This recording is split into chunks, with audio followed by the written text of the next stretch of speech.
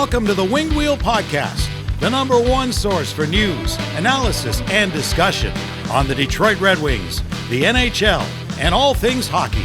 Here are your hosts, Ryan Hanna, Brad Crisco, and Evan Lopsinger.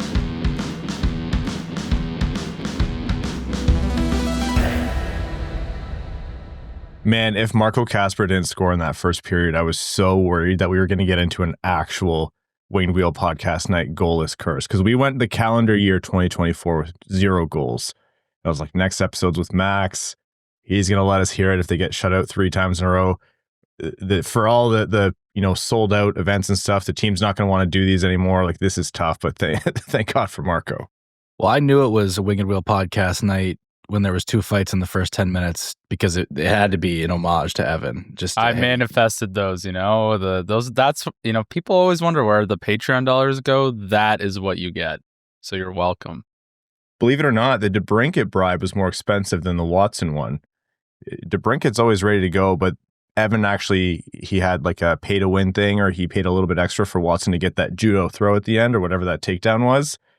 Is that what he got the 10-minute misconduct for? Or was that just for being way too sick in the first period?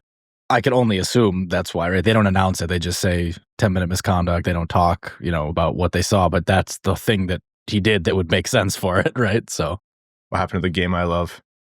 I can't believe this has become a fighting violence advocacy show. For all of the quiet years that Evan had on here, I want you to know I mean it. He's the one who really pulls the strings here. This is my greatest victory in life. Yeah, it's like the civilization game cultural victory, total cultural victory for Evan. All right, welcome back to the Winged Wheel Podcast, a remote episode this time, but for very good reason, because we're joined by Max Bultman of The Athletic Detroit for another good in the room version of the show. It's also our post Winged Wheel Podcast night recording, so this also helps. Needed a little bit of rest there. Another fantastic night. So folks, welcome to the Winged Wheel Podcast, here to talk to you about all things Detroit Red Wings hockey, the world of the NHL, and lots more. I'm one of your hosts, Ryan Hanna. I'm Brad Crisco. I'm Max Bultman. And I'm Evan. On this episode of the Winged Wheel Podcast, we are going to be talking about Detroit's 2 games since we last spoke, very different games against Ottawa and Boston. And then we're going to hear from Max and have a roundtable discussion here on, are the Red Wings back in this? Because the standings, despite everyone's best efforts, are still tight. And then we will jump into some more Red Wings news as it comes about. And then after the break, we're actually going to bring you the feature from Ken Daniels, his live appearance on the Winged Wheel Podcast at Little Caesars Arena from last Saturday before the Boston Bruins game. We'll be back with another prospect profile, more NHL news, and whatever else comes before overtime. Before all that, quickly want to let you know, the Winged Wheel Podcast is proudly brought to you by our Patreon supporters, patreon.com/Winged Wheel Podcast if you want to support the show. You get access to bonus episodes, which record right after these main ones. We let loose, have fun. You get bloopers. You get any questions that weren't answered on the main show.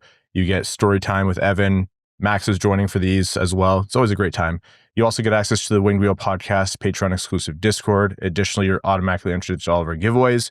We give away 2 tickets to every Detroit Red Wings home game, for example, all of them going directly to our Patreon supporters. So again, patreon.com/Winged Wheel Podcast. All right, the Red Wings played 2 games since we last spoke. The first was the Ottawa Senators at home in Detroit. And man, that game started about as bad as you could have hoped for if you were a Red Wings fan. The Senators went up 3-0 before Detroit scored a goal. The first period featured a fruitless Detroit power play that got a lot of opportunities. It featured yet another grating Brady Tkachuk, who seemed to have his way with the Red Wings.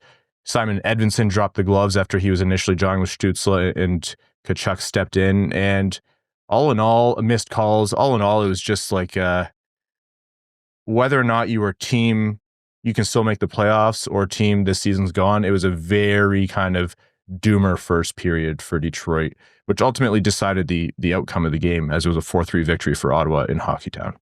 Yeah, in a number of ways, right? Like you talked about the fruitless power play. That might even be understating it, right? Like they had 4 full power plays in the first period. They started a 5th power play that was a carryover, and they finished in the second period. They go 0 for 5 in those. I'm no expert, guys, but how many times do you see a team go 0 for 5 on their first 5 power play attempts in a game and win it? Not many. You're not going to get many more. They did score a power play goal later, but that's just a huge amount of missed opportunity. And something Todd McLellan said after the game that really stuck with me, I would never have even considered this, is that when you play your power play that much in a period, yeah, you're going to get good chances. They did get good chances. They didn't score. You're going to wear out your best players. And that showed up in the second period. And when I was going down to the press conference after the game, the Red Wings made a late push, made it interesting. DeBrincat hit a post that could have tied the game. My thought is, well, this second period really cost them. And I hadn't even put two and two together. That one reason why they were probably as flat as they were in the second. Everyone's burned out from all these power plays that, you'll live with that if you get a goal or two out of it. But when you go 0 for 4 and then you got all your, top players burnt out for the second period, you come out flat, that's just hard to recover from. It was also, you mentioned this as we were talking, Max, as the game was going on, but you get those power plays and, with the Senators complaining about embellishment on at least a couple of them, caught a quick glance, whether or not the refs actually believed it was or not, you get all those power plays, you don't score on them, there is not going to be a call going your way after that, right? Like there's a big wave and the refs were going to either have a makeup call or a makeup non-call, and that's exactly what happened on the goal that Stutzle kind of stepped around Seider and beat Lyon on. Yeah, I mean, Tkachuk tackled Raymond, right? Like at open ice, there's really no other way to view it, but you're not in any position to say a thing about it because, you want another power play? We gave you a bunch of them. You haven't done anything on these, right? Like, it doesn't make it, like, I guess, quote unquote, right, but you open yourself up to that situation. Detroit can't complain about the refs in that game. They got so many opportunities. If the refs missed one call, they missed one call.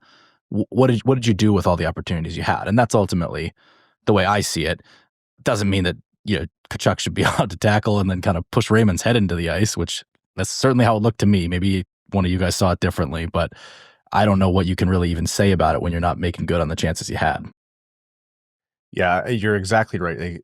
It's not about whether it's right, but when I called that out online, I'm like, this is just how the NHL refs operate. And it's almost unfair, right? Like you look at Florida, who does this to the perfect degree, but teams who operate in that way, where they're constantly not just towing the line, they're over the line, but when that's their normal, they kind of move the window and they normalize that. And so they will inherently get away with more. So yeah, it was just one of those things where you just groaned, you knew it was coming, and it was the bad mix of a non-call. Stutzle steps around Seider, Lyon gets beat, and all in all, I think that, yes, Detroit had a pushback there, but when you have a first period like that, that was going to be the result more likely than not. And at least recently, I don't know if this is still true to the number this day, but I think Dom had something recently that the Red Wings had the best penalty differential in the league under McLellan. Like, it's not like they haven't gotten a whistle, right? I know there's been a couple key ones, right? The Stadium Series game, that's a gigantic missed call that probably does decide that game. But on the whole, they've gotten a good run out of it. And one thing that drives that is how good the power play has been, right? So yeah, do teams like Florida, Ottawa kind of move the window a little bit, to your point, Ryan? Quite possibly, but you're still going to get your chances. And the only way to beat them, if you can't go physically toe-to-toe with them, is to make them pay on the power play. You didn't do it, you lost the game. No one's surprised when you put those together. There was a lot of conversation about, team toughness. We've done it ad nauseum, so we're not going to hammer the same points again about this game. But I have to say, man, ever since seeing Simon Edvinsson fight in Grand Rapids, that awoke something in the guy. I know he does MMA, like he trains MMA in the off season, but the comical nature, like almost like he's in a hockey TV show, the way he raised his arms and threw the gloves down to say, hell yeah, I'll fight Brady Tkachuk. And like, we rip on Brady Tkachuk. Sentient thumb, really effective villain. You love to hate him. He's a tough dude. He's not an easy guy to fight. He's heavy. He knows what he's doing. He knows what he's doing in those scrums. And I know people are going to be saying, oh, well, Tkachuk beat him. Tkachuk got a couple punches in after Edvinsson was down and he punched his helmet. So that's, whatever Tkachuk likes to do there. But I thought Edvinsson held his own. So all conversations on whether the team should have stepped in or team response, whatever aside, I love that from Simon. What you want to see is just someone willing to do that. And that's what he did, right? So I thought he handled himself well. Brady got him with being the more experienced NHL fighter, knowing that when Simon takes a big swing, he can use his momentum against him. That's what he did. That's how he ended up taking him to the ice. So yeah, that's the more experienced fighter showing you. But I think what the Red Wings needed to see, and this carried over into the Wing and Wheel podcast night against the Bruins, when you saw DeBrincat and Watson do it, you just needed someone to step up and show that fight. And so I thought, really good on Simon for doing that. So the Red Wings lose and we're all like, okay, yeah, like how many more of these are you going to lose before even the most hopeful are going to say this just isn't happening for this team? And I think it was actually you who pointed it out, Max, coming into the Boston game. Like, Detroit's going to win this game and be a point out of the playoffs because everyone else was losing. I posted this. If you looked at the last 10 games for all the teams in the wildcard hunt, other than Ottawa, all of them were abysmal, like 2 wins, 3 wins, 4 wins at most. Like, everyone was terrible. This is a carbon copy. I think actually even worse than last season. We might see yet another lower number get into the second wildcard spot this year. And you're looking at this and you're like, oh my God, you could be playing the worst hockey of the year. But I mean, Red Wings fans will know better than anyone else in the league. It doesn't matter what your last 10 games were. You can go on a 7-game heater. You can go on a 5-game heater. You can win against the right teams, even if you're not better than them. And so you're coming into it like, I know we joke about the reverse jinx, but in my head, I'm like, yeah, I'm practically writing off this team. I don't think it's possible. But then they have on the schedule, their next game is the only team the rest of the season that they're probably favored to beat in Boston. And if they win, they're in the mix. And at Winged Wheel Podcast Night, Marco Kasper breaks the goalless drought, and the Red Wings end up finishing the job against a god-awful Boston Bruins. But the start to that game, I think, was as you alluded to, Max, the best part of it. Both DeBrincat and Watson dropping the gloves, DeBrincat taking exception to a hit from Peak, and the dude can chuck him. I don't care that he's 5'8". Like, and this isn't new. Like, he's feisty. He gets into it all the time. He held his own there, and then Watson just absolutely feeding the guy, and then getting the takedown that earned him the 10 minutes. But the LCA went ballistic for good reason. Yeah, that was, well, first of all, being in the building, it's worth pointing out that place was electric after those fights. It felt like a crowd we haven't seen in a long, long time just because of how the team's been playing, but it was unbelievable. I love DeBrincat. And even going to Max's point, I love watching Edvinsson step up in the last game. And honestly, I know it's bad to say, one of the first thoughts I had when Watson stepped up and threw down with Lauko is, finally, it wasn't one of the stars. It always seems to be Edvinsson or Seider or DeBrincat or Larkin in the middle of this crap. And it was nice to see someone who's playing a depth role be like, all right, my turn. Let's step up. And, I don't think those fights led directly to Kasper scoring. But man, that building had some energy. The Red Wings had some jump. Like, the intangibles are hard to measure, but especially being in the building, you could see it took an effect. It was kind of interesting, too, to see how much emotion Austin Watson had coming out of that fight. He was all fired up, throwing his hands up, trying to get the crowd going. Like, he spent most of the year down in Grand Rapids. Like, he's very much just trying to fit in still with this team. But the fact that he's willing to go to bat for these guys who are battling for a playoff spot, get the crowd going, it was a great showing from him. He's a passionate, energetic guy. I think that's one of the reasons you like him is that, even when you just talk to him, you can really feel there's a lot behind it, right? Like, he is not by any means there to just ride out, the tail end of his career, which has been a very respectable NHL career, right? He wants more. He wants to be in important games, and he wants to do something for the team. In this case, it was getting everybody fired up, and, more power to him.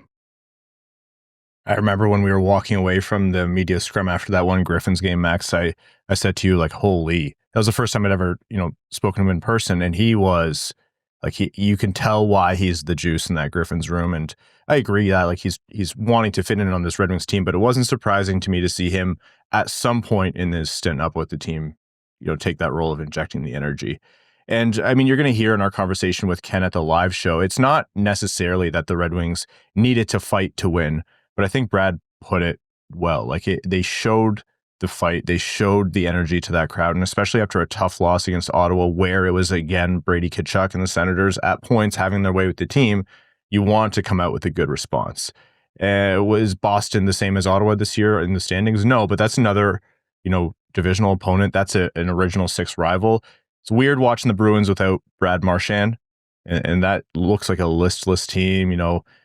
McAvoy out, no Marchand, all the losses, Carlo, all the losses they have, like, but still, it's original 6 on the weekend. Red Wings fans were going to want to see that. And I mean, you could say this about any of a dozen games, it seems, lately, but if you weren't going to win that one, then you really had no hope. So Marco Kasper does a great job bearing a shot coming down the left side in the first period again to break that goalless drought at Winged Wheel Podcast Nights. Lucas Raymond scores the game winner. It was his personal best 73rd point. So that's a career high for him so far, as Lucas Raymond, even after a down stint after the Four Nations, is still producing. Geeky had a sick tip on the power play between his legs. You saw the replay, you're like, how am I supposed to be mad at that one? But that was all Boston could do. Is 2-1. Cam Talbot, phenomenal night. Key saves, huge save at the end with his glove. A couple of those saves were a little bit like, I'm not sure he was 100% confident where the puck was, but he made absolutely every save he needed to, and that save at the end sealed the win for Detroit. So, I mean, they're not necessarily a point out anymore, but they needed that win to stay in the mix, and they're still in the mix, and it was a good response against a team that they should have beat and did beat that night for the Red Wings. Yeah, it's fair to continually point out that the Red Wings improved on a lot of things that game. I don't think it was a masterpiece. The energy was good. The focus was good. They weren't bleeding chances like they normally do, but that's all in the context of, oh my God, that Bruins team is bad. They are so bad. That there is one small victory too, is if you look at how the standings separated after that game, because as bad as Boston's been, they were still kind of in the mix too. They were only I think if they had won that game, they were only a point behind Detroit. But they didn't. Detroit gained even more separation, and that was, for all intents and purposes, the nail in Boston's coffin for this year. So to be the team that might have had the moment that finally toppled the Bruins officially out of a playoff race was more than a little satisfying. Did that make any of you guys a little skeptical of whether Boston's actually going to be able to do this retool thing that they seem intent on doing? Because when I was watching them, it was honestly at times so bad that I was like, are they even going to be able to do this when Pastrnak and McAvoy are still in their prime? We talked about, there's the intriguing pieces and some of the blueprint to rebuild this team quickly, but I'm just not sold that their management know what they're doing or could execute that to get them back to where they think they should be with Swayman, with McAvoy, with Pastrnak. I just don't think they're the right group to do it. You know how the Red Wings for years they had Lidstrom, and Lidstrom gave them a lot of cover on defense. He retired. A lot of that was exposed. They had Datsuk, they had Zetterberg, a lot of cover on offense. Those were guys who carried more than a player's share worth of weight. And when they left, a lot of things, you're like, that wasn't a one-player decrease in performance. Like, a lot of stuff has been uncovered in terms of flaws in this team. Like, you have to kind of feel the same about Boston, right? Like, you look at the impacts after Chara left, you look at the impacts after Bergeron left. Now, no Marchand, you'll see how that'll be. They have no McAvoy right now. Like, I understand, coming back and being healthy, but I'm not saying all of these star wingers need their generational centers or star franchise centers to be good. But yeah, you see Pastrnak, you're like, I didn't think he could look that bad on the ice. I wonder if this is, I shouldn't say I wonder. I do think a lot of this has been kind of under the surface for a long time. And I have the same skepticism, Max. I just don't know that you're going to be able to come back from this easily. Yeah, like I just was watching it, and there are moments where Pastrnak looks as dangerous as ever, of course. But there's also moments where you're going like, ooh, when he doesn't have like someone going and finding the puck and letting him find the soft space, like he starts to look a little more just kind of like a regular top line winger, more so than like one of the best players in the game, which is what he's been over the last several years. And some of that, it's late in the season, they're on like a 7-game losing streak, they're probably not making the playoffs. They're at the end of a road trip, I think. Like, it is hard to get up for a game, and everyone's entitled to a bad game. That was the first time I've watched Pastrnak and not been like, oh, they need to be scared every time he's on the ice, because there wasn't that much threat. I'm telling you, two guys who could get him the puck are Dylan Larkin and Lucas Raymond. I'm just gonna start that one now. Yeah. Oh, I've been on that one for a few months, ever since it looked like Boston maybe sorta might not be good for a while. But no, the thing with Boston's rebuild and why I don't think they could do it is we obviously have been suffering through Detroit's forever. And you can retool a bottom six and a bottom pair, so I'm not super worried about that. But they have a lot of holes in the top six. And outside of McAvoy, no superstar on the defense. Although the one player I came away with that game a lot more impressed than I thought I would be was Zadorov. He's a dude. That guy's a dude. So I'm not going to lump him into the cannon fodder, but it's not easy to plug these holes. The Red Wings have, I would consider, only 2 significant holes on the roster, but they've been there forever and we don't see any solutions for it. How's Boston going to find 4 or 5 of those? Like, if other teams can't find 1 or 2 that they need. Good players are hard to come by and they have no prospects. I know they want to retool on the fly. That absolutely is going to turn into a full rebuild. There's no way around it. And they may get a big piece. Like they're, I think right now in the draft order, they'd be 7. It's not, you look at it, it's not out of the question they can get as high as 4. There's centers in this draft. Like, that's one thing. You can say what you want about this draft. Does it have like that, like, you know, defining player? Arguably no, although Matthew Schaefer could end up becoming that. Like, to me, it's a lot. The cluster of the top like 6 or so is more guys like you're really excited with at, you know, number 2 or number 3 in most drafts. Or maybe more just number 3 in most drafts. But there are centers, right? Whether you come away with a Desnoyers or a Frondell or a Hagens, if you're Boston, that does change the outlook a little bit, but you're going to need more. Like, the center position there is thin. And I don't know that some of the swings kind of they took, you know, Fabian Lysell is a guy that a lot of people were really interested in his draft year, even in Detroit. How much did you notice him in that game? Not much for me. So I don't know if that's going to turn out to be one of those like, oh, look, they found the guy everyone slipped, or that's maybe looks more like that's why he slipped. Okay, so where the Red Wings are at right now in the wild card race, because the question for you, Max, is Detroit still in this thing? As of right now, the time of recording, Detroit is sitting 3 points out. So they have 74 points in 73 games to Montreal's 77 points in 73 games. Montreal holds the second wild card spot as we speak. Detroit has 1 more regulation win than them. So they hold the tiebreaker right now, but they're not tied. Ahead of Detroit is Columbus, 75 points, so 1 more point in 72 games. So Columbus even has a game in hand and a point up. The Rangers, in 1 more game than Detroit, 74 games, have 77 points. So Detroit has a game in hand on them, but they're 3 points back. Behind Detroit, the Islanders have the same 74 points in 73 games, but 1 fewer regulation win. And then behind them is Pittsburgh, Boston, Philly, etc., who are all but out of it. So, 9 games to play. Detroit is 3 points out. They are not behind on regulation wins for the team that currently holds the second wildcard spot. If that flips to the Rangers, then they're, SOL for sure. But they're in this. They're in this. As stupid as it might feel, they are in this. So can you reconcile that with the performance you've seen on the ice? Does the upcoming schedule still scare you too much? I mean, I'm not going to sit here and ask, should the team try to win? That's not a question ever with this. The team is always going to go out there and try to win. The players would probably look at you like you're the dumbest person they've ever met if you suggested anything otherwise. But does Detroit realistically have a chance, or is this just the numbers shaking out that way for you right now?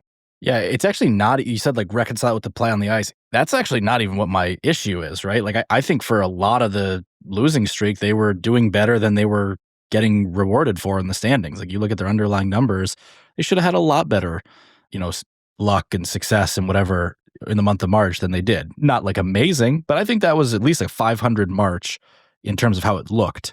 And it just wasn't that in the standings. So where I have trouble reconciling being 3 points back with, a harsh reality is the math of it all, right? They have 9 games left.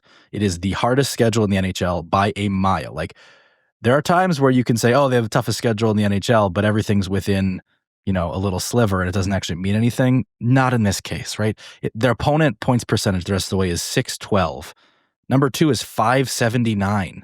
The difference between number 1, the Red Wings, and number 2, the Rangers, is about the same as the difference between number 2, the Rangers, and number 20. Like, they have the hardest schedule by a mile. And oh, by the way, 6 of those games are on the road. And every one of them is a playoff team right now. To make every one of them is a playoff team, right? Exactly. If you took Montreal out of the schedule in terms of who's the weakest team they're playing, the by points, the weakest team they play is New Jersey, and they've got 85 points because St. Louis actually has more points now than the Devils. They have 87 points. So, yeah, I'm fully on board with what you're saying, Max. And you look at it, they have 74 points. They have 9 games left. In order to top last season at this point, they have to win out. If they go 7-2, they're going to get to 90 points. And that may be the playoff cutoff. It's right about 88. But you got to go 7-2 with that schedule to potentially get there. Maybe you could get in at 6-3 if everyone keeps, tripping over their own tails, which has been what's happening for the last 2 weeks. Not impossible. That's clearly like, hey, seeing the fight that they showed in the Boston game and even in the third period of the Ottawa game, they have to give you at least a little bit of pause before you write this off, because this is not a team that's ready to write itself off. And that's the most important thing. But it's just really hard for me to see that all coming together given those realities. It's a really brutal path. Yeah, and they're obviously fighting mostly with Montreal, and they'll have to win that game. But, you look at Montreal's schedule. They got Florida, Boston, Philly, Nashville, obviously Detroit. Then Ottawa, Toronto, Chicago, Carolina. There's some pretty soft teams in there where they should be getting points if they want to be a playoff team. So, the cards are stacked against the Red Wings, but there's no reason why they can't try and make a comeback on this season. And this is just a reality now, I think, with how much parity has worked and how much the loser point has taken effect with this 2 wildcard spot system. We always say, a playoff team does this and a playoff team should win like this and have this much. The reality is the second wildcard spot a lot of years is not going to look like a playoff team because, relative to what we're used to and what we grew up with, they're not of the same caliber. And that's all right. Like, this is just the reality of it. Brad, I think you made a point off air. We were chatting, I think, at Winged Wheel Podcast Night. You said, like, if there's ever an argument for the play-in system, it's that, right? Like, all of these teams, how can you say any one of these teams is standing head and shoulders above the rest and deserves to be in? It'd be way better cinema at the end to have, pick 4 of these teams and have them play for that last spot, because 1, the drama would be better, and 2, it's not like there's going to be a big loser between Montreal, either New York team, Columbus, and Detroit. They're all kind of tripping and stumbling to the line all the same. Well, the first point to that as well is with all the expansion news coming out, I think if you go to 34 teams, just from that alone, you need to expand the playoffs. Maybe not like a full expansion, but a play-in, as we talked about. And I remember the first year this got brought up was the year where 8th place was like 100 points ahead of 9th place in the East. And everybody's like, well, you can't have that. And it's like, yeah, but this year's an anomaly. And then subsequently, since then, we've had a lot of mediocre teams competing for the last spots. And you can have the cutoff wherever you want it. But I like it because, 1, is there going to be an appreciable difference between 8th and 9th place this year in the standings? Not really. In terms of the quality of team, not really. But what it does do is, if you look at where Ottawa is right now, they don't have much to play for. But if they had the play-in, they have that extra motivation to get up to 6, to get out of the play-in. So that creates a race. And then you drop down to the 10th seed, which is right in the Islanders, Detroit, whatever, Columbus wheelhouse. And now they're still fighting for their playoff lives. And then plus, oh, by the way, at the end of those 2 races, you get the actual play-in, which is more entertainment. So I'm a big proponent of it with how the NHL stands now. And I think with expansion, it makes even more sense. Just have to do it short, I think, is the key. Whether it's a best 2 out of 3 or it's a best 2 out of 3, but actually the first game's in hand for the higher seed. So really the team that's down has to win 2 in a row to advance or something. I think those would be the ways to do it. Yeah, I love the way the NBA does it. And correct me if I'm wrong. The 7th seed only needs to win 1 game to get in. The 9th and 10th seeds need to win 2 to get in. So if you're the 7th seed and you get bounced, well, it's because you lost multiple games to teams you probably shouldn't have. And that's your own fault at that point. So Detroit, before next episode comes out, they have St. Louis on the road. We're going to be back with you with a show on Thursday. After that, they have Friday against Carolina at home, and then Sunday against Florida at home, and then 3 on the road: Montreal, Florida, Tampa, Dallas at home, and then New Jersey and Toronto to end the season. So gonna be, if they make it, it's going to be a hell of a run, and if they don't, there's not going to be a ton of surprise from folks. Before we take a quick break here, just wanted to point out again, Lucas Raymond, career high in points. Marco Kasper, they actually showed up on the screen during the game. Since January 1st, leads all rookies in goals. So you talk about silver linings in a tough season, and he continues to be one of those stories for the Red Wings. So obviously Sean that game, but good to see him continue to come through. Okay, we are going to take a quick break to hear from the sponsors of the Winged Wheel podcast. And when we're back, we're actually going to jump right into our interview with Ken Daniels from the live show. Remember that this was recorded pre-Boston game. So pre-Boston game, you're not going to hear the full live show as we take out some of the snippets and stuff. And apologies for the audio because we were recording in a at the Budweiser Beer Garden. Great for the live facility, but a glassed-in room during the rain. So it might not sound the best, but we of course know that everyone wants to hear from Ken Daniels. So back after this, and then enjoy the interview.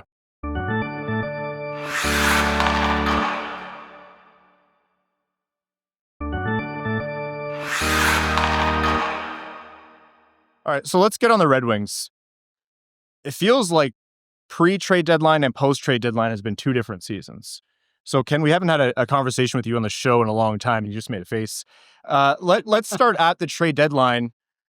Prices were high. The Red Wings didn't do a lot in either direction, and there was a big contingent of the fan base that was pretty frustrated that not a lot was added. There was a report out there that the locker room was hoping for a little bit more help for the playoff push down the stretch. What do you make of the strategy and how the deadline went as the Red Wings are in this final, push for hopefully the playoffs? Well, I heard Emily Kaplan say that in the room. I mean, I'm in the room, but realistically, the guys knew there wasn't much to do. I mean, you look at, the roster is what the roster is, and there were a lot of players with no trade clauses. I don't, honestly, the prices that they were asking for, and I know Steve had said that, then what was this all worth what we're doing to do that at the deadline? Would have been nice to add a piece, but not at the prices they were going for. And if you can give me names that you maybe wanted to add and said, okay, how are you going to do that? I don't think it was feasible. It's unfortunate, but the fact that it's gone not the way they wanted to since then isn't because they didn't add somebody. The guys in the room have to play better, and that includes their best players who haven't been their best players of late and since Four Nations. And that's why, I mean, tonight you'll see Dylan again, that as he was in the third period with DeBrincat and Kane. Trying to get him going. Lucas Raymond needs to be going. Scored a goal the other night, but not as many lately. And I think he had, the last 8 games last year or whatever, or 21 points the final, whatever he had, or 9 points the final 5 games, or 4 or 5 goals in that time. He has to get hot. They have to get hot, and the goaltending needs to be better, and the goaltending hasn't been. So, and the penalty killing is historically the worst ever in the NHL, realistically. And, as great as the power play has been, the penalty killing hasn't. So all that, I don't buy the fact that they didn't add somebody to the deadline and that was going to make the big difference. The guys just have to play better, and the PK, for some reason, hasn't been better even with a coaching change. So that falls in the guys, and there's still time to turn it around. What's the value in pushing and you get that second wildcard spot? You're playing Washington.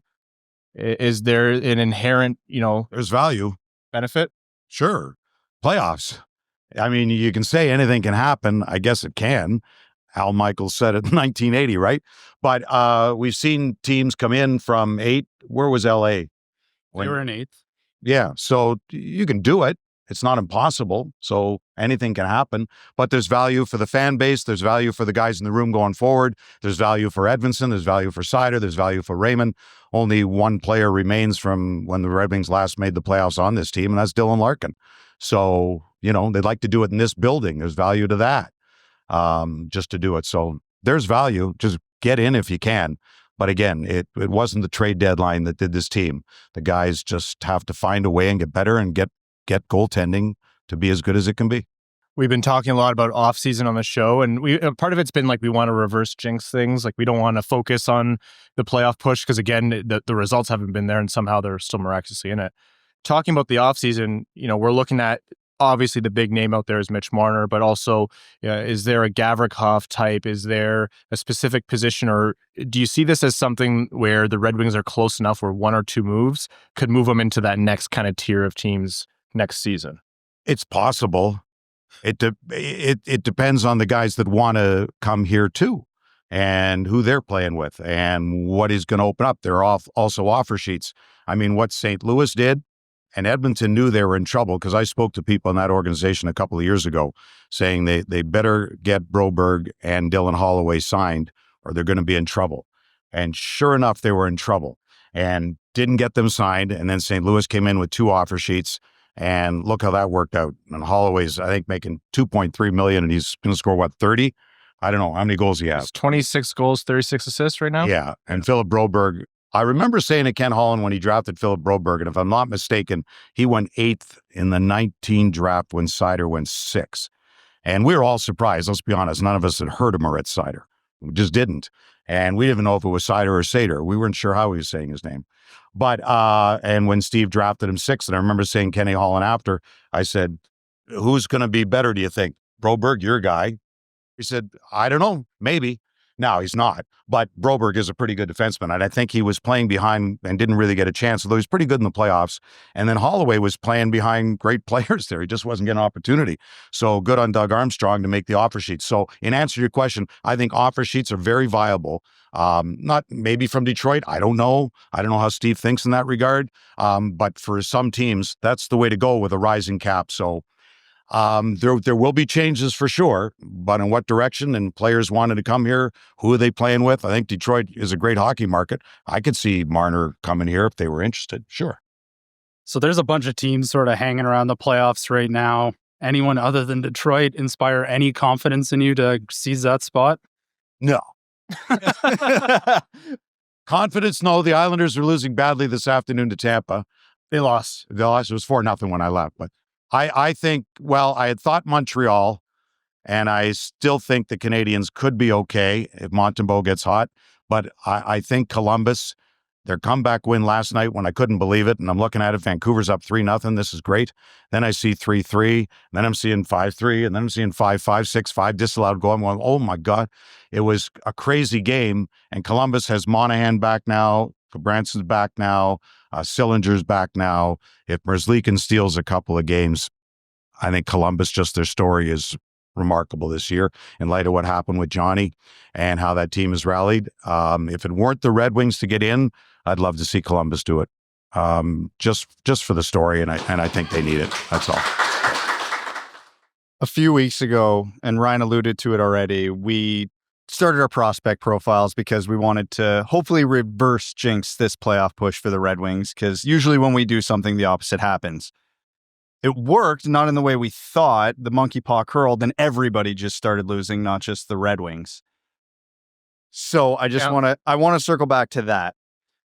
But also at the same time, what do you think is the number one thing that has to change if any of these teams are going to grasp it, if it's going to be Detroit? Do they have to fix the power play? Do they need a save? Does Lucas Raymond need to get hot? What's the one thing that, because we realistically can't expect all of it. So what will be top priority? Go ahead. I sort of said mine, but so you guys. It's goaltending. This team is what it is. And like you've seen them, they're able to put on a good effort offensively any given night. Defensively is a bigger ask. I think you're seeing that defensive core especially is really worn down right now. And like Ken said, your best players aren't exactly playing the best. It's goaltending. And we talked about it on the show when we were talking about it, before we started recording today. They've had moments where they've fallen apart, critical moments, and that matters. The advanced analytics are super important. They tell a big story, but they don't tell the detailed story. So don't say those moments don't matter just because the advanced analytics are good, but their analytics are also good. Like, they're not terrible. They just can't get a save when the team falls apart in front of the goalie. So if they get hot with the goalie, they actually don't need that much. It's just also been made worse by the fact that they're playing an absolute gauntlet of teams to close out the year here. Like Boston. Yeah, like To me, it's goaltending. To me, it's and when you talk about the penalty kill and poor Cam Talbot, and I can't explain why, it's the worst save percentage shorthanded in the National Hockey League. It's crazy. It's like some 70%, and I don't get it. How one goalie, because it's not just the goalie. It's crazy. I can't find it, and I don't know the status of Mrazek or when he's back. And Lyon didn't have a great start to last game, obviously. And Talbot came in and actually was pretty good. So you need saves just for confidence, because the power play's been great. But again, even 5-on-5, the Red Wings are the third fewest goals 5-on-5 in the league. So is Ottawa, but they get 3 off strange plays. It was just a weird game the other night. But give them credit for hanging in. Came back. Can't all be dreary, so I'm going to try not to bring down the mood too much. The silver lining all season has been Marco Kasper, and what he's done, and his production, like on ice impact. You can see it just by watching, but the numbers are there too. Yeah, and that inspires confidence, right? Like, you see what he's able to do in his rookie season. What can you expect of him next year is even bigger, and then does that also set the path for Nate Danielson? And all of a sudden, you're looking at Larkin, Danielson, and Kasper as future options. That's coming in a bit quicker than we expected. Yeah. Yeah. And again, you talk about the offseason and who's coming and who's going, and you're trying to leave spots. And I know they'll say when we get to training camp, you'll see who grabs the spots, obviously, because they still could go back to Grand Rapids. Wallinder, there could be spots to be had on the back end too. I don't think ASP, Axel Sandin Pellikka, is ready yet. So probably a year down there unless you blow somebody's doors off. And we saw it with Lane Hutson, and I don't think people were expecting that out of him, and you're living with defensive mistakes in Montreal. But that's what's great about camp. But there are guys knocking on the door, but they're going to have to knock it down, or they'll be back in Grand Rapids, which is okay. You'd have a thought on that. Many thoughts on the prospects. I agree with you on ASP, though. I think he's a year away. As much as we love his offense, and for a defenseman his size, he is a plus defender. You don't expect that kind of compete strength, positionality from a guy who's sub 6 feet on the back end, but you can't ignore the fact he's sub 6 feet. Yes. And this is the NHL. The guys are bigger, stronger, faster. Same with the AHL. It's very close skill-wise to the SHL, but it's better, and the ice is smaller, and that makes a bigger difference than I think people give it credit for. So I wouldn't rule out ASP coming up New Year's, but I think he's going to need some time down there. Yeah, and you see Hudson's not big either. Lane Hutson in Montreal. When I looked at that, and we showed it the other night, I don't know what Hudson has now, 54 points or something. I mean, it's for him, it's him or Celebrini, I think, as hot as Michkov has got now in Philadelphia. I think it's Hudson and Celebrini. He just blows my doors off. Every time I watch that kid play in San Jose, he's unbelievable. And San Jose is going to be a heck of a team coming. I'm telling you, him and Will Smith, prospects are coming, and Askarov in goal. My goodness, it'll take them 3 or 4 years. It's not, but Hudson's not big. But anyway, he's got 50-some points, and I think Drew Hellison in Anaheim maybe was second in D scoring with, I think, 13, and then Albert Johansson. I mean, I looked at the rookie defenseman, I went, holy crap, Johansson's third in rookie points. 8 points, was it? Something like that. Yeah. Johansson had 8. Hellison had like 13 or 14. Don't quote me. And he's got 50-something. Oh, okay. But he's a small player who, believe me, deficiencies, and I watch Montreal lots, deficiencies in the back end, plenty of giveaways, but be prepared to live with that. So if you want the rookies playing, and next year and they're playing, whether it be Danielson or even Lombardi or somebody else coming up in time, and if Mazur, or Carter Mazur, if he gets healthy and finds a spot, be prepared. There are mistakes to happen, and you got to live with it. And that's where your best guys need to offset some of that. Not to quiz you on the specific players, but let's say Detroit has some kind of luck that just doesn't exist out in the universe, and they have their choice this next draft at the top of the draft. Position-wise, would you rather take like a potential all-over-the-ice star center, could be your number one center, or do you take a premier top pairing left shot defenseman to pair with Mo Seider? I'll take the center only because if you're going to attract free agent wingers, which will wind up being a little cheaper, who the heck are they playing with? Kasper will be fine. Kasper really good. And he could be a 2C, perhaps.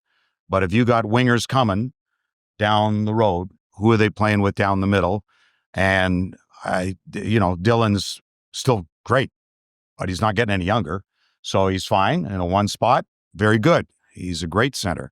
And you got Kasper there, but I like Michael Misa. That's where I'm at. Misa. Yeah, but I too like I could go number one, so I don't think we're there. San Jose and Chicago again. But, I agree. If they get, we'll call it just a premium pick, I'm with you. I think center is the bigger need. I think you've got the 2 premium defense already. You've got Seider can anchor a pair, Edvinsson can anchor a pair for a long time. So getting another premium defenseman, though not a bad thing, feels like a lesser priority because, yeah, sure, we'll call it Schaefer and Seider would be super powered, but then, as much as we love Kasper and Danielson, are they at that level of number 2C on a cup contender? Maybe, but the answer realistically is probably not. No. And you can always flex centers to the wing if you need to. Defensemen, right. You don't have that positional flexibility. So, yeah, if it's a Misa, a Hagens, if you go deeper down in the draft, and O'Brien, that's where my priority lies, all else being equal. Yeah, and if you're looking at the timeline on where you're going to not just make the playoffs, but to win a round, and you want to attract others to come in here, and you're not getting those guys anyway unless you fluke out and win the lottery. It's Not going to happen. So, well, probably we've seen it. It's not going to happen. We can say it's not. Or in Detroit, it's not going to happen. Speaking of playoffs, this city has now seen somehow the Detroit Lions turn around and become a superpower in the NFL, at least in the regular season. And like they're still favored to make a run of it again next year. You saw the Tigers go from 0.2%, was it?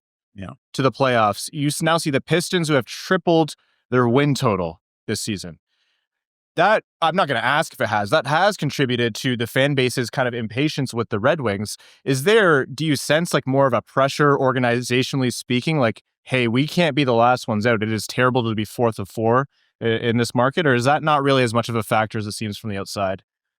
I think it just pushes you to be better. I don't know. I'm sure the fans want it, and you guys all want it. Sure, so do they.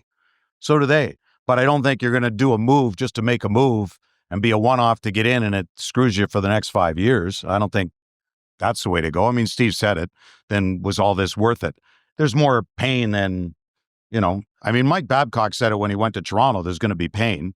And there wasn't a whole lot of pain because when you have Matthews number 1, you pick Marner number 4, and you didn't take Hanifin, worked out pretty good for you.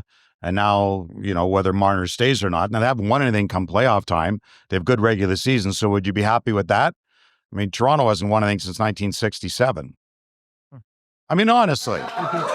So, hang on. I'm not taking a shot at them either. I'm from there, okay? And I don't wish them any harm.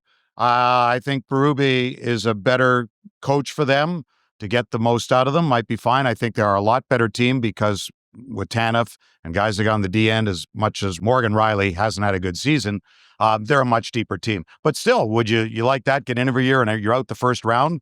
I remember when we had the Jamie Daniels Foundation roast. It was funny. Ian Bagg, whom I love, it was the Mickey roast, and Mike Babcock was there as one of the roasters of Mickey. And Ian Bagg came out and he said, by the way, Mike, thanks for being here. By the way, the drinks are on Mike Babcock. He's always good for the first round. God That might be the Ian. only appropriate joke he told the whole night. Yeah. Oh, probably. We won't get in years later what he said about Nick Lidstrom. Oh, my I'm not going to go there. But, yeah. So anyway, would you be happy there if, the fan base would be upset if Detroit, sure, you're in, but you're out every year. And then it would be, why can't we get past the first round? That's what they're going through there. So they're going through the build. You just have to trust it. Did things go this year like they thought they would? No, not yet. But there's still time. Everybody's still around it, as you said. So there's still time. Crazier things have happened. This is why I say the season needs to be shorter, because this team, it's Started. That'll never happen. And I wish it would go, even though the cap's going up, because listen, the owners, it's 3 home games per team. I'd love to see the season be at 76 games. Wait to get in now the Olympic year next year and the condensed schedule. And I think they're going to start a little earlier, maybe October 6th or 7th next year, which is fine. U.S. owners don't want to start in September because then you're running into early October in baseball playoffs and you got the football. I would love to see the schedule be 76 games, have the players do percentage-wise whatever it is in a take-back in salary to make it fair to owners, because you are losing games. You'd have more time. You can fit in the Olympics. You can take the time off. These guys don't even practice anymore. I'm telling you, there's no practice for the players. There's mandatory day off 1 day a week, which there should be. They'd be more rested. You wouldn't have as many injuries, more than likely. I'd love to see a 76-game schedule, starting a little earlier, award the cup at latest the first week in June. fully agree. But you'd need the players. And this next agreement, unfortunately, they're doing a new CBA, which is great. There won't be a lockout. Everyone's on good terms. Marty Walsh, Gary Bettman. That's all wonderful. You're going to have TV deals coming up. But I'd love to see a 76-game schedule. But no, what are they going to do? They're going to add 2. You're going to have an 84-game schedule. That's what's going to happen at some point. Not right now. You're going to have expansion. So that's what I'd like to see. Ken, the part of the beauty of going into Tampa, other than the pregame show, seeing you guys at the beach, which you guys have to run that back. We haven't done that in a while. No, you do need to run that back. Mickey and I, do we have both of our shirts off? That was scary. Yes. That wasn't good. This Larkin came over and said, "What are you doing?" I think it was Larkin and Bert were there, and we did pregame. And I had one of those shirts on. It was a neat shirt, I thought, for me. It's one of those shirts that says, "As seen on TV." Oh my God. Well, somebody bought it from me years ago. I thought it was cute. It was funny. I got it, made me laugh. I don't know. It was funny. You guys going into Florida, you see teams that are geared for the playoffs. So as we do this kind of final round, talking about the NHL wide, forget just the Red Wings. What teams do you see like they're playing for playoff hockey right now? They're actually a contender. Who are you looking to go all the way? I like Vegas. Like Colorado. Colorado or Dallas in the first round. If they're meeting, somebody's going out, and that's a shame. And I don't know about Heiskanen in Dallas, whether he's back or not. Practicing today. He is? He started to skate. Sorry, yeah. Look at that update. You're right on it. Very fast. I have my weather app open, so. Well, Colorado's darn good. I mean, you got McKinnon and Makar, and they changed that goaltending. 9 new players, 2 new goalies. That's a makeover. That's a pretty darn good job they did there. So I like Colorado, Vegas too, just their size. And in the East, I don't count out Florida. And now Marchand, I saw the line last night with Bennett. Sure enough, sets up the overtime winner. I wouldn't count out Tampa with Vasilevsky and Washington until they prove me wrong. They've been a darn good team. Winnipeg had the playoff last year when Colorado blitzed them. So Connor Hellebuck wasn't great. He's going to win the Vezina again. If Hellebuck returns to form, Winnipeg could do it too. But again, it all comes to matchups. That first round is the greatest thing in sports. I don't think there's anything better than the first round of the Stanley Cup playoffs. It's unbelievable. It's unfortunate for a lot of teams, but you make a prediction. If somebody meets somebody in the first round, then you're done. So it's hard. But those would be my 5 or so that could do something. Do you like, guys? What do you think? Playing Colorado the other night, I was like, that's a team that's playing playoff hockey right now. They look dialed. Yep. Yeah. Out of the East, for years and years, my whole thing was I'm not betting against Tampa until they prove to me they can't do it. I'm kind of there with Florida now. Every year, I'm going to keep picking them until they show me it's not them anymore. I'm with you, O West. I really like what Colorado did at the deadline. They shored up 2C and 3C. They're deep. And Vegas, with that D, you can't ever rule them out. So I'm on a pretty similar wavelength. Yeah, I think Vegas has basically built the formula for continued success. Like, they're a huge team. They play heavy hockey. Like, they're going to be a tough team to beat out of the West. Everyone knows that I have made Ryan into a knuckle dragger like me. I love violence. And there's been a lot of conversation lately amongst the fan base about team toughness, specifically the Red Wings team toughness or lack thereof. How much stock do you put into that? I thought it was, did Steve make the comment a while ago that he thought there would be more fighting? Yeah. Yes. Deadline. Yeah. I actually paid him to say that. What? I paid him to say that. I was surprised to hear him say it, but he would know better than I, a hell of a lot more. So I don't know if that's what he's thinking. You don't see a whole lot of it. I'm not really one for fighting. And I heard Chris Pronger, and he said, why do you have to fight if there's a good hit? I don't know either. He said, I'd be telling my guy, keep your head up, pal. He was coming through. So I hate that. When there's a clean hit and you got to answer for a clean hit, why? Get your head up and make a play. So I'm not a fighting guy. I know Mick loves it, and I tease him. So if there's a fight, I say, go ahead. We should have brought Mickey. This is a terrible question for you. Take all this back. Yeah, I know. To be fair, in that Chris Pronger interview, he also did say if someone runs your goalie, and I think verbatim he said, well, if you have to take a suspension, you take a suspension. Right, he did.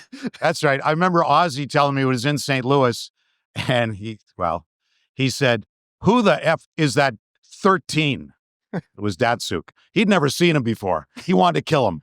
Ozzy said, Pronger absolutely wanted to kill him. He said, Pavel's going all around Pronger and he didn't know, who's that fucking 13? Wanted to kill him. So anyway, if Pronger's okay with a clean hit, so am I. But suspension, yeah, run your goalie, that's different. But Rantanen ran into Stuart Skinner. He didn't do anything. There was a huge conversation in Canadian media around that play. Corey Perry had a good interview after saying, I was on the ice and I regret not stepping in, because fighting's one thing, but I think the larger conversation is when something happens to your teammates, you got to step in and help out. Because a lack of response. It doesn't have to be a fight, but there should be a response. It's the Tampa and the Florida model. You do one thing to one of us, all 5 are going in. They may not drop the gloves, but they're going to annoy the hell out of you to the point where you don't want to do it again. I get annoying in a threat factor, but Stuart Skinner also lunged forward. Rantanen didn't see him. The guys on the ice, as Pronger said, you may have turned, or Ray Ferraro perhaps said it, you maybe turn and you don't see it. So you don't really know what happened. Yeah. I mean, Rantanen didn't see him. He was going by the front of the net. Accidents do happen. I don't think Peter Mrazek, whether it's a groin injury or a head injury, and we don't know, but he went down awkwardly. Who was going to the net? I don't remember now. Who was it? It was Krause? Genther. It was Genther and then Krause. Gunther and then Krause. So Krause hit him with his knee going by. He didn't do it intentionally. So I don't know. Response, whatever. That was that was a terrible question. No, it wasn't. I mean, so you have Austin Watson. And I love Austin Watson. And I think he's great, really, for what he does in the 4 or 5 minutes a night. And if you get 5 power plays in the first period, half the guys don't play. Yep. And- I'd be taking my skates off. Yeah, seriously. I know. You'd be pulling a Cam York in Philadelphia and sit there without a no stick. stick. No stick. That's a tough look. I know. Trade target? My buddy Torts. It's tough. It was. I texted him today, and he called it a dumb league. Said this is a dumb league. Said a while ago, just talking about players being dumb. I said it's a dumb league, but hopefully someone's smart enough to bring it back someday. I don't think it'll be a rebuilding team, but if somebody down the road needs a spark, I think Torts could be that guy. I don't think necessarily working with kids coming up.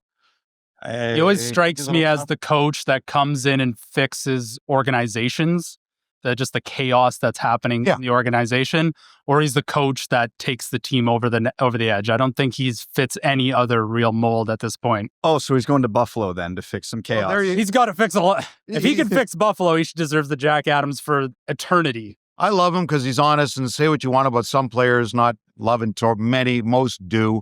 Honestly, he's sometimes too honest, but I thought the progression there, he had 1 year left in his deal, was to get in the front office in Philadelphia. Even Briere didn't want to happen, but I think he was just so frustrated that he'd met the end, and whatever happened with Cam York. Oh, was he in Buffalo? Were you checking that? I was or trying. the weather app? It's raining out. It's the weather. Don't worry about it. It's raining. He's checking the weather outside.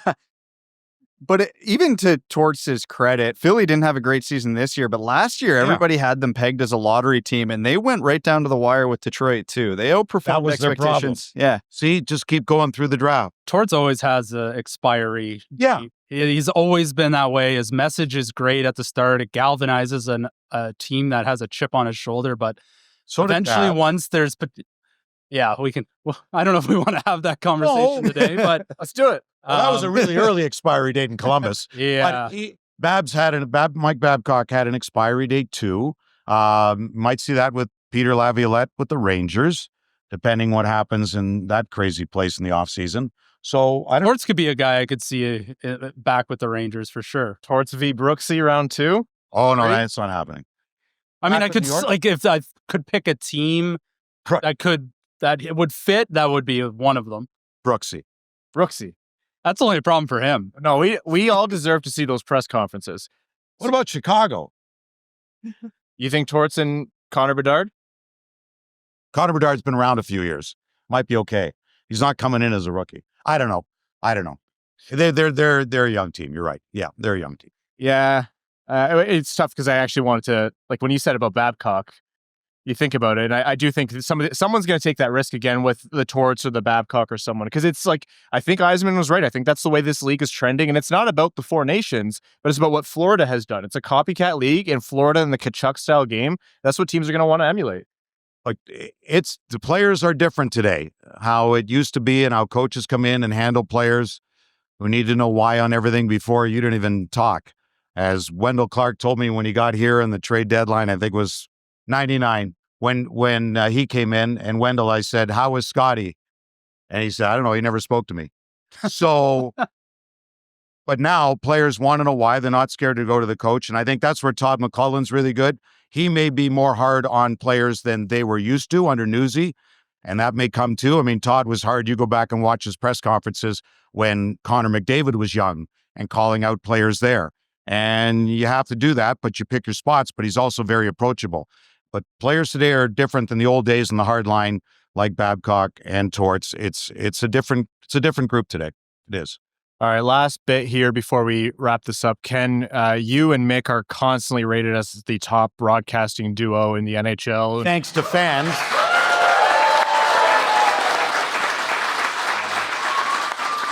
No, I said that to Forsland, actually, because Mick, and it's not just Mickey and me. It isn't. It's the FanDuel crew. It's John Keating, and God bless John, he's retiring. So it's changing now. It's going to be a little bit different, but it is our crew. And I think over the years with Mickey and John and Ozzy and Trevor and our whole group, it's been great chemistry. And we I don't know if you guys watch other shows around the league where a lot of them can be cookie cutter. I think ours is different, and we promote the visiting team a lot like ours, and the features that we do and the fun that we have. And a lot of that, let's be honest, is Mickey, because there's no one else like him. And we know that. So, but I think ours is a lot different, and that's sort of changing a bit. Well, that's what I was going to say is Mickey's pretty unique. The big thing with the fan base, or one of the big things, is whenever Mick says, look at this. Oh, yeah. Has that ever tipped you off to something that you didn't see in the moment? Yeah? All the time. Because I could be in the middle of a story I've worked on for 3 weeks, and it's about someone whose mother has just passed away after, like, suddenly when they thought she was going to look at this. And Castellanos goes deep to left field. Yeah, because you know what? Because I tell him, I go, I'm just white noise to you, aren't I? No, he hears me, but he's so focused. I actually laugh. I do. I laugh. I just look at my desk, and the truck will say something. My producer, Brian, will say something in my ear. I go, oh, there he goes. And because he's into the game, but he's more often, 99% of the time, he's right. So it's okay. But he may catch something happening that I don't, because it may be over here and he's seeing it happen over here. Yeah. So, he'll say to me after a game, if he doesn't do the game on the road, and he'll say, how was so-and-so? And I said, well, it was okay. He wasn't as involved. And then Mickey will say, because he's watching on TV because he didn't make the trip. And then Mick will say, how is his body language? I said, I don't know. I'm watching 11 other guys out. I have no idea. I have no idea how his body language was going back to the bed. I don't know. So, and then he laughs. I don't know. God, I love him. If you could be there in the gondola, especially during intermissions, it's just hysterical. Some nights are really funny. So yeah, we have a lot of fun. And anyway, we love doing what we do, and we thank all of you guys for your support, not only for our show and Red Wings hockey, but for the Jamie Daniels Foundation. We couldn't do it without you and you guys, you three. So thank you.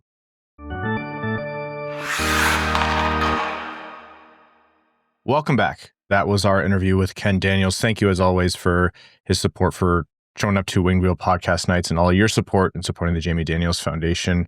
Very quickly, if you came out to Winged Wheel Podcast Night and got your jersey, we hope you love it. And if you attended Winged Wheel Podcast Night and weren't able to make the pregame live show, or weren't able to make the game but had your tickets, you're still entitled to the jersey that you got. So make sure you shoot us an email at pod@wingedwheelpodcast.com. and then send us your details, your ticket details, your name, shipping address, and jersey size that you'd like.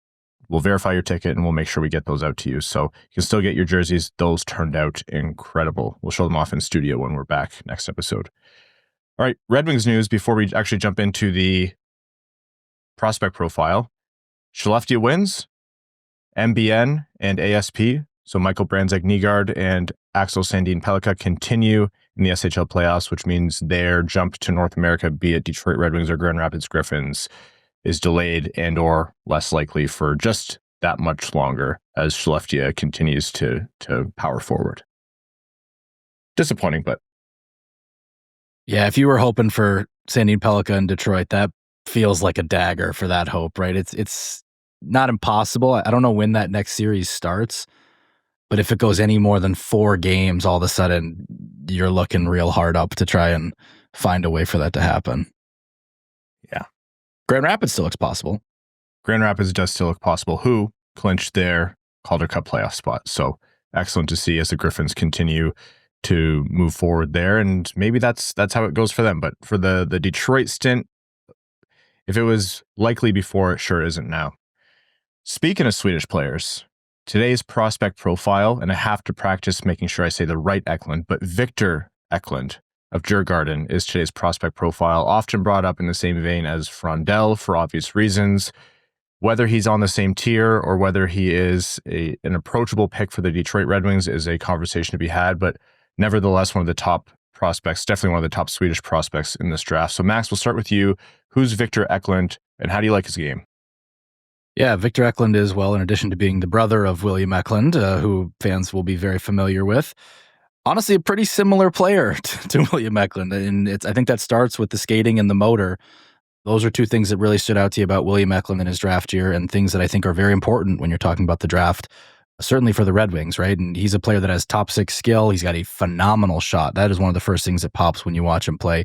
He can score goals, but I think he is really easy to imagine on a Red Wings top line where they love to have pace and guys who will go into the corner and dig pucks out. Well, hey, Victor Eklund can do that, and he can certainly finish as well. So I like the player a lot. I am curious to hear what you guys think on, is the skill like dynamic, or is it just like, top 6 skill with the really good complementary?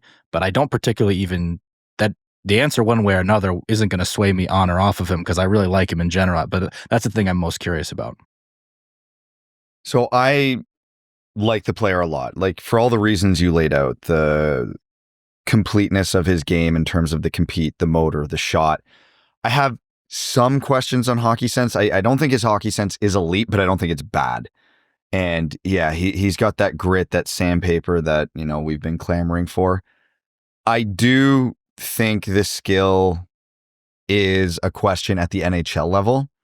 Like, I'm not convinced he's a top line guy, but if he's the second line guy that you move up to the top line because you're trying to balance things out, that absolutely can be him. Despite all that, the hesitation I have with Eklund and the Red Wings isn't so much an Eklund thing as it is a Red Wings thing. I know it's the type of player they love, and he would fit in well with what they're trying to do. I just think his skill set and what he would bring to the team is very redundant, because we're basically talking also about Michael Brandsegg-Nygard in a lot of the same ways. Way different bodies. Like, Brandsegg-Nygard is built to be that kind of guy, and that's one of my questions on Eklund is like, can you be this guy and be that skinny? Yeah, agreed. And, they're 18 years old. He's got room to fill out, but his height is what it is, and he's not going to work around that. And yeah, so if he fell to where the Red Wings are going to be picking, likely in the mid-teens, I would love that pick, just because I think that's tremendous. Mid-teens? That's where the Red Wings are going to be picking, buddy. I don't think Eklund's getting there. You're more Washington confident in the about first round. how this is going to go. I know how this is going to go. We've been down this path before. I've been thinking they're going to pick like 10, 11. I'm thinking, you guys are pronouncing 25 real weird. Yeah, 32. But no, I think they're going to be in the 12 to 14 range, personally, is my prediction. If he gets that far, I think that's phenomenal value. But my big concern is the redundancy of the Red Wings have a lot of what he is, and more specifically, Brandsegg-Nygard, who is a bigger version of what he already is. I think he's more skilled than that, right? Like so in terms of pure hands, right? Like I think he's a little more toward like the DeBrincat lane, if anything, in terms of like the profile of like high motor, smaller guy, great shot, good hands, but not, gonna Lucas Raymond you every shift or anything like that. I just don't think he has the hockey sense that DeBrincat does. And I think that I agree. I think I agree with that. Yeah. Yeah. I in terms of dimension, skill set, I think you're right that DeBrincat's better comparable. In terms of the style he plays and everything, I think MBN's is comparable. But either way, it's what do the Red Wings need? Another player like that would be great, but you do need to get out of that archetype at some point to round out the roster. I differ a little bit in opinion than, at least Brad here, in terms of like, I don't mind when a pick feels boring. Like I think that you have to look at the bigger scheme of things, and you understand when a team is constructed. If you have an archetype and it's a really strong one that excels in today's game, then you're not complaining when you have a few Marco Kaspers in the lineup, for example, right? That said, I do find myself almost saying with this player, like, it would feel just like there's a lack of excitement with this pick that I worry about, because there isn't that dynamic element for me. He is a great player, and I think he would do great in Detroit's top or middle six. I really like his game. You can't watch his game and say, yeah, that player just doesn't do it for me. But yeah, does he have a hockey sense that wows you? No. Is the skill level at the point where you're like, I would love for this to be our top 10 pick? No, but the reality is that just might be how it shakes out for this year's top 10 or wherever the Red Wings are picking, right? Like if they're in the 10 to 15 or 16 range, then that's the reality of it. And you're not going to always get a guy with a dynamic element with a later non-top 5 or top 6 pick. So he is absolutely in the tier of not just perfectly acceptable. I think he'd be a good pick if you don't have a premium pick, but I don't necessarily think he'd get the tiebreaker over a guy who maybe would have a bigger risk, but would have a more dynamic element to his game. You look at Detroit's needs, he would for sure be a fit, but this could be erroneous thinking, but I would rather try to take a swing on something if you can here, just because of what Detroit's picked. We're talking about, let's say Detroit's picking somewhere 8 to 15 or ish, right? Like, I don't think they're going to catch those West teams anyway that are fighting for the spot. So somewhere probably 8 to 15. Who's the high skill swing here? Because this is not a draft that is teaming with. Yeah. And there's players I like better, right? Like, I think I prefer Jake O'Brien, but I think because O'Brien's a 6'2" center, he's much more likely to be, off the board at 7 or 8 or whatever, right? Like, you'd love to get him at 10. If you got Jake O'Brien at 10, I think you nailed the draft. I think that's the perfect outcome for the Red Wings. But is a 6'2" center who's putting up an assist per game in the OHL going to get to 10, especially in a kind of weak draft year? I doubt it. So I don't see, like, if you were going to go to like last year and you were going to say, okay, it was Brandsegg-Nygard versus Michael Hague and Cole Yzerman. I don't see Michael Hague and Cole Yzerman relative to an Eklund this time around, right? It's Eklund versus Lyndon Lakovic or Carter Bear or, maybe Roger McQueen if he falls. McQueen's the one that I was thinking of who would be the most interesting either or, because I think on pure toolkit, I like McQueen more. I shouldn't even say I know I like McQueen more on that, but a big forward with back injuries, boy, does that not scare the hell out of you. So that would be kind of the interesting dynamic. I am also intrigued by Carter Bear, but again, how many super tiny forwards can you load up in your top 6 and be happy with it? And didn't he have a pretty serious injury too? Did he? Yeah, he did. I completely forgot about that one. And then you get into the conversation of, like, again, I don't think a Jackson Smith is going to fall, but does that left D hole start to like really pop when you're getting to that point in the draft? You're looking at a Jackson Smith or a Kayshawn Aitchison, or I don't know who else you want to talk about. Lakovic you already mentioned. But yeah, like where Detroit's picking, I think despite the redundancy, Eklund's just too good a player to pass on at that point, unless something crazy happens and someone falls that you wouldn't expect. But it'll never happen in a million years. I think if Detroit's picking around 12, this is you pick up the phone for every pick between 6 and 11 to try to get up to get a guy, right? So we'll see how it goes on that front, though, which is probably nothing. Yeah, I hate to sell the guy short. It's not that he would be a bad pick. It's talking the grand scheme of things. You would hope for, the Yzerman or the Hague this year. But again, like you said, Max, and as I was alluding to earlier, it's just the reality of if you're in the Eklund range, then that's what you're looking at. So yeah, it's perfectly great player to take there. And I mean, if the Red Wings are taking him as well, you also have the added comfort of knowing their European scouting has been phenomenal. So if they're taking those guys, they have a confidence in them, and it's by and large gone swimmingly, to say the least, for Detroit. So yeah, Eklund would be a good result overall. We'll see how we feel about these players as we get a little bit more analysis and you get closer to the draft and more of the attention is paid on them. Maybe there are some more diamonds in the rough or big movers. But I mean, also the story here is if you aren't drafting high and you aren't in the playoffs, I'm very much also in favor of taking the swing as well. Ironically, one of the things that would trip me up with him is that he's another right-hand shot, and all of a sudden the Red Wings are getting a little righty-heavy in their skill forward department or their offensive forward department. There's only so many guys you can play on their one-timer side. They've already got DeBrincat playing down low on the goal line, and he's done a really good job of it. But that was not a spot that you would have ideally put Alex DeBrincat coming into the year. It just happens he's ran with it. So especially at some point, they're not going to have Patrick Kane anymore, and they're going to need a left shot facilitator from that side. You could possibly move Dylan Larkin over there, and he could do it, and you could move Marco Kasper into the bumper. I think that works. Eklund, I think, has played bumper this year from the video I've watched. At least that's where I feel like I've seen him. I don't know that I loved how it looked there. I don't know exactly what his ideal is. Maybe he could move down and play kind of that goal line role since he is a little bit of a water bug and puck retriever. But I would love to see the Red Wings find a left shot playmaker.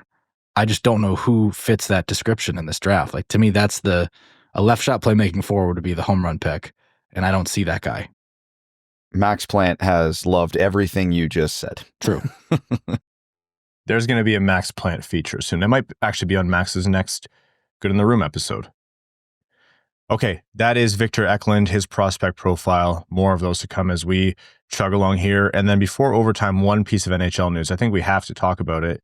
The Philadelphia Flyers move on from John Tortorella after what was a reported incident between him and Cam York. And even prior to that, John Tortorella had some interesting comments in the media, basically saying he doesn't want to coach a team that's in the position that Philadelphia is in right now, to kind of paraphrase it there. And I don't know. I'm a big fan of, I guess, the more recent Torts, the latter iterations of Torts. I love his honesty in the media, but it's hard to look at someone say that and then have the confidence of the organization behind the coach. So maybe not too surprising, but Tortorella's shelf life strikes once again. Yeah, and I'm curious, this is what he said on the way out about I'm not interested in learning to coach this type of season. I'd be curious to hear you guys' thoughts on it. I didn't read that as being that offensive. Like, I don't think that's actually him saying, I refuse to find a way to do this. I think he's saying, like, I don't want to get too comfortable on teams that have basically had to accept their fate, because we all know that's not who John Tortorella is. I didn't read that as that being that offensive. I'm sure that's not the only thing happening here, but that's just something that was kind of popped into my head in the wake of this. No, that's exactly how I read it too. If you want to be pessimistic about reading into that, I could have seen that being a bit of a shot across the bow at the GM going, I want to coach a good team, and this isn't one. And I want to coach in the playoffs. I want to coach cup contenders. This isn't fun. So I agree with you. I think that was the read I got on it, but also that if Briere took that as a shot across the bow, it makes sense what happened next. I think you're exactly right. There's more behind the scenes and it's the bigger context. And now that you know there's this spat between him and Cam York, whatever it was, reported nothing physical, but something significant enough where it's being put out there as well. Cam York, who got the Evan Lobsinger experience, 0 minutes, 0 seconds in ice time the next game, even under the new coach. So and 0 hockey sticks. Yeah, like there's a lot going on behind the scenes in Philly. I wonder if Tortorella is going to be back as a coach ever. I'm not sure that he wants to do that again without knowing more about the guy, but yeah, it was. I almost expected him to have a longer shelf life this time, but I guess it stays true. Who's the most interesting team you could see him going to next? Because I think like a Buffalo or a Seattle, but like Laz said on our podcast this morning, like Ranger reunion? The Ranger reunion is fireworks. You're begging for fireworks. If entertainment standpoint would be the Rangers, where he makes the most sense to me would be Buffalo.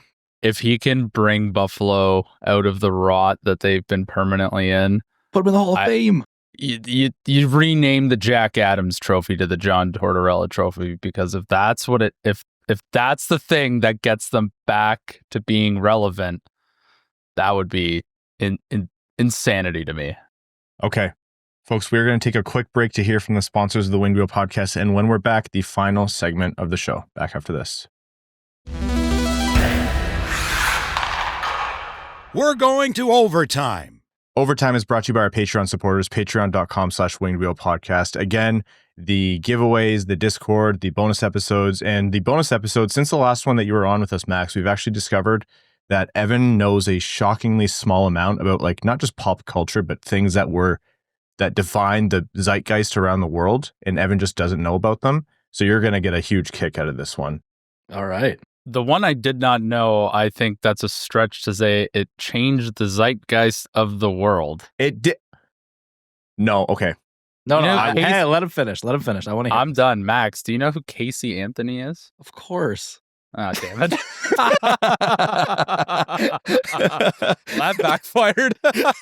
You know who John Benet Ramsey is? No. Oh my God. You see what we're talking about, Max? Do you see what we're talking about? You don't even have to be a Patreon subscriber to ask those questions. That's how much I like you. Does Catherine not like love, like, my wife and all of my friends' wives like love true crime. So like there's a Jean Benet Ramsey thing just on plenty of the time. That doesn't happen? No. It's much more trash TV in our household.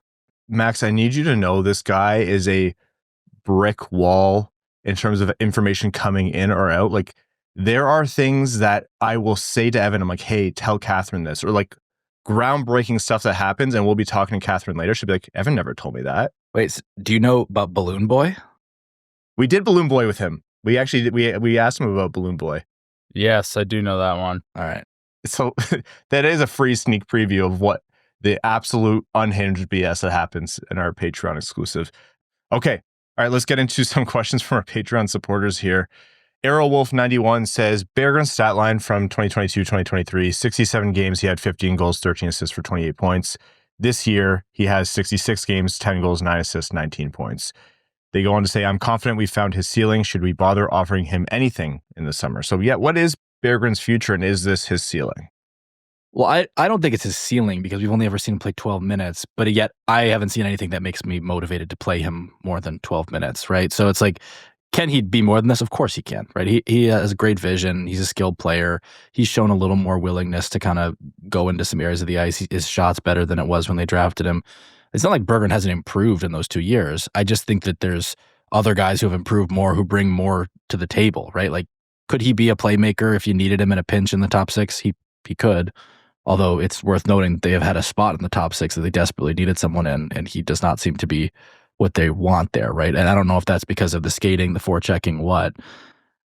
When I look at next year's team and drawing it up, I have a hard time finding a natural spot for him, unless you are just like so determined to bet on him that you're willing to like, okay, if Patrick Kane leaves, could he replace Patrick Kane, right? But I have a hard time seeing it because in those bottom six roles, I want guys who I think give me something really clear and definable and effective. And I just don't know that he's proven to you that he's going to be that. Yeah, Brad said recently, like if your one element is that you're going to bring depth offense, you need to bring that depth offense. We've seen he's not a guy who brings the physicality. He's not the guy who brings kind of the defensive all-time prowess on the PK or anything like that. So yeah, I think you're exactly right, Max. It's not impossible that he finds his spot, but he's going to have to start doing something different. And by the way, it's not that's true of Tarasenko also, right? Like it's not just Berggren that we're talking about here. They've got a problem in their bottom six in that they have too many guys who it's like, okay, are you there for offense? Then where's the offense? Or are you there for, the PK? Why is the PK the worst PK in the league, right? Like there's plenty of stuff like that. And that's what they're going to have to try to solve around is I think they need more out of their bottom six in one of those two ways. And they just need it to pick a lane and be that thing rather than the confusing situation they have going there right now. And this is probably a longer conversation. So very quickly, it's one thing to be able to do it, which I think Berggren can do what we're talking about. It's another thing to do it over the course of an 82-game season. No one shows up all 82 games, but you can't disappear for most of them. And if you want to hold a spot, you need to show up. God knows I gripe about how long the season is. It's not getting shorter and it's going in the other direction. So availability is the best ability and you need to be the same guy mostly game in, game out. Cheesy Spoon 72 says, thank you guys for giving me the opportunity to talk to you and meeting Ken as well. Had a blast with the live show and the game. Thank you so much for coming out. We really appreciate it, man. They say, my question is, if you can go back and reverse one move made by the current or previous front office, what would it be? For me, it would be the 2013 first-round pick to Tampa for Kyle Quincy, considering that Tampa took Vasilevsky with that pick. Are we allowed to do draft stuff, or is this just free agents and trades? They said one move, and I think we're thinking of the exact same thing, Brad. I loved the pick at the time, but man, what a difference Quinn Hughes would make on this team. Even considering the cascade effect, right? Like, do you get Seider and Raymond if Hughes is on your team? That changes. The butterfly effect there would be significant, but you would do just about anything to have Quinn Hughes on your team. You still get Seider because I don't think he debuted yet. You're right. That's a good point because he went back to Michigan, and so you can at least get one more year before you talk about how the universe works. So was it Svechnikov that went right before Pastrnak? No, that was the Larkin year. It was not. Svechnikov went right before Besser. I think Quinn Hughes will be the obvious one for a lot of people. I don't know. Okay. Moving on here. Next question. Give Simon the Heart says, is it crazy to say that I think our most consistent player since the coaching change has been Marco Kasper? Consistent, I could hear that argument. He's not had the super high-end flashes because there's still been points where Larkin's Larkin, Raymond's Raymond, Kane's Kane. DeBrincat would be pretty high up that list for me too. He's been excellent since the coaching change. I think the argument for me would be Kasper or DeBrincat. I would go DeBrincat. I think he's done in so many ways too. Like he's really elevated and been excellent. I can make a case he's been their best forward since the Four Nations. Actually, I don't think anyone would argue that case. I just think that's the reality. And by the way, I went back and looked. I would take Eriksson Ek over Svechnikov. He went 1 pick later. That's what I would do. Oh, that's a good one. Yeah, I definitely see it with Kasper, but it has to be DeBrincat. Everyone else, I think Edvinsson has some conversation, but even he has not been perfect. And then we talked about it with Ken, but Detroit's best players have looked downright bad some games at points too. So consistency is a big issue for the team. Yeah, well, like if we're just talking about the word consistent and its literal definition, I'm going to go with Tarasenko. He's been awful the entire time. Has been at that baseline. I do think moved from it. His effort has turned around a little bit. I think, Max, you pointed out, like there was a point where he got called out and he has turned around the effort. The results have been interesting for sure, but I think, you're groaning and Tarasenko looks invisible versus you're groaning and Tarasenko's at least in the mix. I do see a little bit of a difference in Tarasenko's game. Yeah, a little bit of a difference, just not enough to me to wash it out, right? Like you reach a point where it's like, okay, the first 40, 50 games of a year, I'm willing to hear like, yeah, but he's been so snake bitten. And just, there's 9 games left in the season. Like, I don't care if he was snake bitten. He didn't do anything, right? Like, and I don't think he was that snake bitten anyway. I think his shooting percentage is low, but I don't think it's to a level that you're like, well, he should have 9 more goals or whatever, right? He's shooting 8.1%. His career average is 12%. So you would assume he would have 5 more goals. And you're happy if he has 5 more goals. Are you happy with happier? But are you happy with the contract? $4.75 million for the same 15 goals Marco Kasper gave you this year? No, it's the Stockholm syndrome, right? Like you try so hard to convince yourself that any one of these bad contracts on the team is actually justifiable in some element or another. And Tarasenko's bottom of that list. And then you realize you're doing that with like 7 different contracts. Right. Exaggeration, but still. And yeah, you're not happy. Okay. More discussion on the Patreon exclusive overtime. Max has some digging to do in Evan's brain. Whether that's a deep dig or not, Max will determine. Thank you all so much for tuning into this episode. Thank you to Max Bultman of The Athletic Detroit. Sorry for making everyone wait until the last day of March for Max's monthly appearance. And then as well, thank you so much to Ken Daniels and everyone who showed up to Winged Wheel Podcast Night at the LCA. Another success. If you want to support the Jamie Daniels Foundation and our initiative, go to wingedwheelpodcast.com/wingsmotb or go directly to wingedwheel.givesmart.com. We want to reach that $12,500 match from Prashanth. To all of you who support us on Patreon, we could not do this without you. Patreon.com/wingedwheelpodcast to get all the benefits we talked about, allow us to do everything that we do on the show and in support of the JDF and more. And if you want to support the show, but Patreon's not for you, wherever you get your podcast, subscribe, leave a rating, a star review, tell a friend about the show, whatever it is, YouTube, Spotify, Apple Podcasts, all that does help. To all of our name level supporters on Patreon, we could not do this show without you.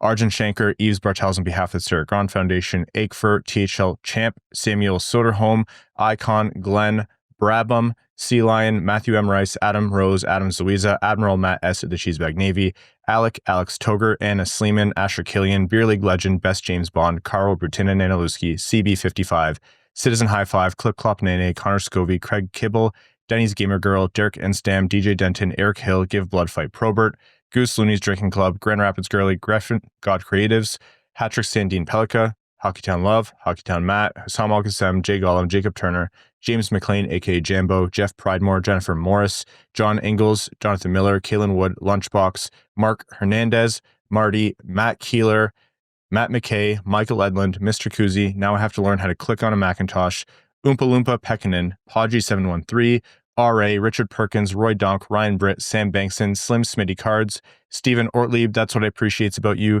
The Crusty Nuisance, Wallman's Elite Dancing D, Wings Fan in Chicago, Eyes Are Playing Stan, Aaron Hudson, General Indy Bohanna, The Cheesebag Army, Aaron, Albert Johansson, All Motor No Hands, and Stanislavski, Another Future Consideration, Baked Starfish, Bellingham Acid Balls, Bex, C.E. Hayes, Chris Felinsky, Commander Ben Barron of the Cheesebag Space Force, Connor Layton and Corey Prida, Darren Fick, Drop the Puck, Dylan Larkin, Trade Sacrifice, Eric Nance, Evan Beckner, Evans Ham Radio, Gene Sullivan, Grepsky, Griffey Boy, James Pridemore, Johnny Page, Jeremiah Dobo, Jim, JM Rhapsody, Josh Yelton, Chaotic Monkey, Kevin McCracken, Quaz, Larkins Loyal Lemming, Linda Hull, Lonnie Zone, Lucas Raymond, Mitch Minier, Morningwood, Noted Soderblom, Worshipper, Joey Jojo Shabadoo, O Ophelia, As Good As It Gets, Roy Mudbutt, Ryan M, Sandy P, Right Hand D, Say You Can't Sleep, Baby, I Know That's Me, Big Chungus, Steven, That Other Guy, The Hodag, The Hat 123, Trent Thorough, Wings Fan in St. Louis, Scott, First in Our Hearts, glad to see you made it back home, buddy, and your second favorite patron. Thank you all so very much.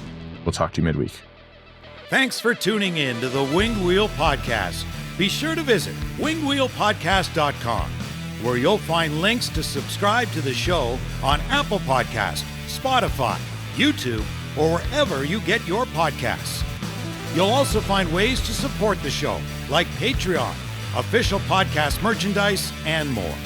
And don't forget to follow us on X at Winged Wheel Pod, at Ryan Hanna, WWP, at Brad Crisco, and at Hockeytown Evan, as well as Winged Wheel Podcast on Instagram.